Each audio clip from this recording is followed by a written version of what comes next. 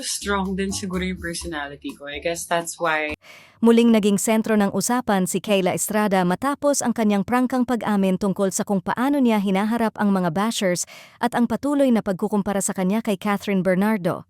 Sa isang panayam, diretsahang tinanong si Kayla kung naapektuhan ba siya sa mga negatibong komento at sa palagiang paghahambing sa kanya sa isa sa pinakamalalaking pangalan sa industriya. Ayon kay Kayla, "Feeling ko medyo strong din kasi ang personality ko. It's easy for me to become that person." Isang pahayag na nagpakita ng kanyang kumpiyansa at tibay ng loob.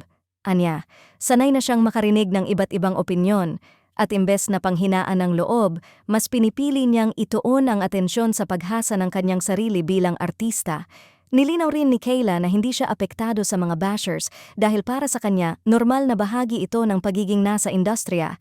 Ayon pa sa aktres, nauunawaan niya na inevitable ang mga paghahambing, lalo na't si Catherine Bernardo ay matagal nang hinahangaan at itinuturing na isa sa pinakamahuhusay sa kanyang henerasyon. Ngunit iginiit ni Kayla na wala siyang intensyong tapatan o palitan ang kahit sino.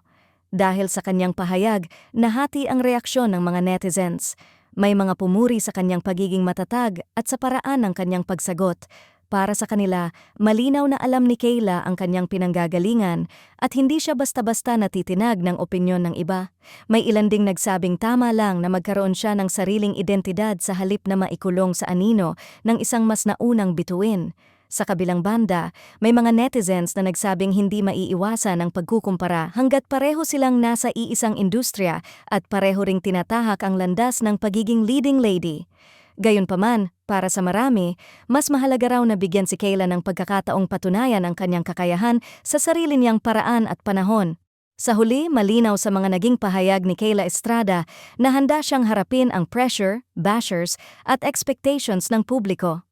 Sa halip na maapektuhan, mas pinipili niyang maging matatag at mag-focus sa kanyang craft, isang senyales na unti-unti na niyang binubuo ang sariling pangalan sa mundo ng showbiz, hiwalay sa anumang pagkukumpara.